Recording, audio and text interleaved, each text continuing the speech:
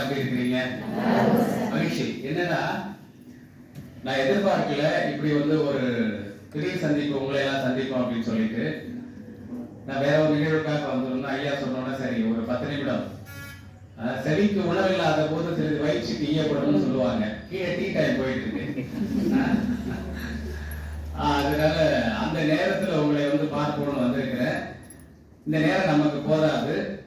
இப்பவே நான் முன்னாடியே உங்களுக்கு என்னுடைய ஒரு வாக்குறுதி கொடுக்கிறேன். மிக விரைவில் ஐயா கூட பேசிட்டு ஒரு நாளைக்கு ஒரு அரை நாள் உங்க கூட நான் இருக்கிறதுக்கு மிக விரைவில் நான் வரேன். சரிங்களா?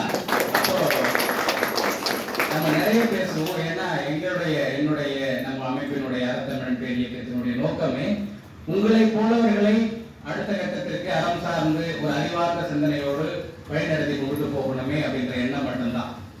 ஏன்னா இன்னைக்கு உங்களுக்கு நல்ல விடயங்களை சொல்வதற்கெல்லாம் ஆட்கள் ரொம்ப குறைவாயிட்டாங்க.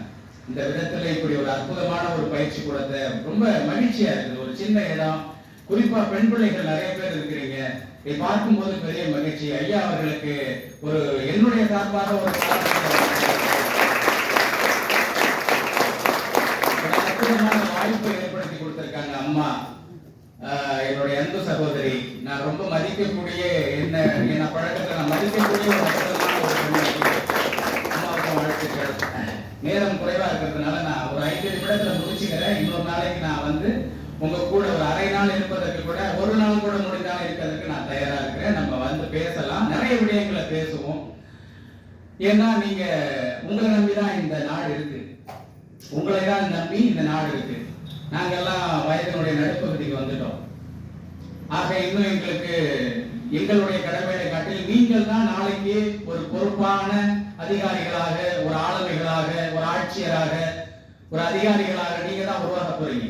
உங்களை நம்பிதான் இந்த தேசமே இருக்கிறது, இந்த சமுதாயம் உங்களை நம்பிதான் இருக்கிறது.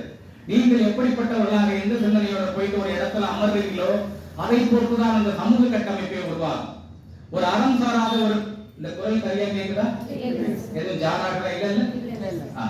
அப்போ ஒரு இடத்துல போயிட்டு நாளைக்கு நீங்க ஒரு இடத்துல அமரும் பொழுது, ஒரு நாளைக்கு குறைந்தது நீங்க வந்து ஒரு கிராம நிர்வாக அதிகாரி விஓ போய் அமரலாம்.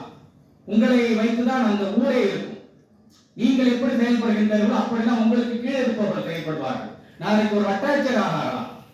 அப்ப அந்த இடத்துல அந்த அலுவலகம் நீங்க எப்படி நெறியோடு இருக்கிறீர்களோ அப்படிதான் உங்களை பார்த்து உங்களுக்கு கீழாக அல்லது உங்களை சார்ந்து உங்களோடு பணியாற்றக்கூடியவர்களுடைய எண்ணம் என்பது இருக்கும்.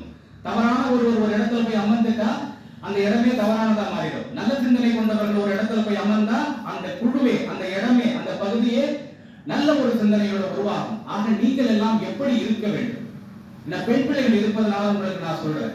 பெண் அடிமை, பெண் சுதந்திரம் அப்படின்னா இன்னைக்கு வெவ்வேறு மாதிரி அதற்கு பாடம் எடுக்கிறாங்க, வெவ்வேறு மாதிரி பாடம் எடுக்கிறாங்க. ஆனா உண்மையான பெண் சுதந்திரம்னா என்ன தெரியுங்களா?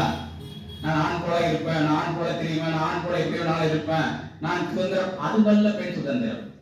உன்னால படிக்க முடியாதுமா, நீ எல்லாம் படிக்க போவாத, உனக்கு எதுக்குமா பொம்பளை பிள்ளைக்கு அப்படின்னு சொல்றாங்க. பாத்தீங்களா? ஒன்னாலதான் போயிட்டு ஒரு ஐஏஎஸ் ஆக முடியுமாமா? ஒன்னால போயிட்டு ஒரு விஓ ஆக முடியுமா? எல்லாம் பயிற்சி போகணும், வெளியில போகணும், படிக்கணும், கொள்ளணும். நீ பொம்பளை பிள்ளைமா, உன்னால முடியாதுமா. உன்னால் படிக்க முடியாது, உன்னால் பதவிக்கு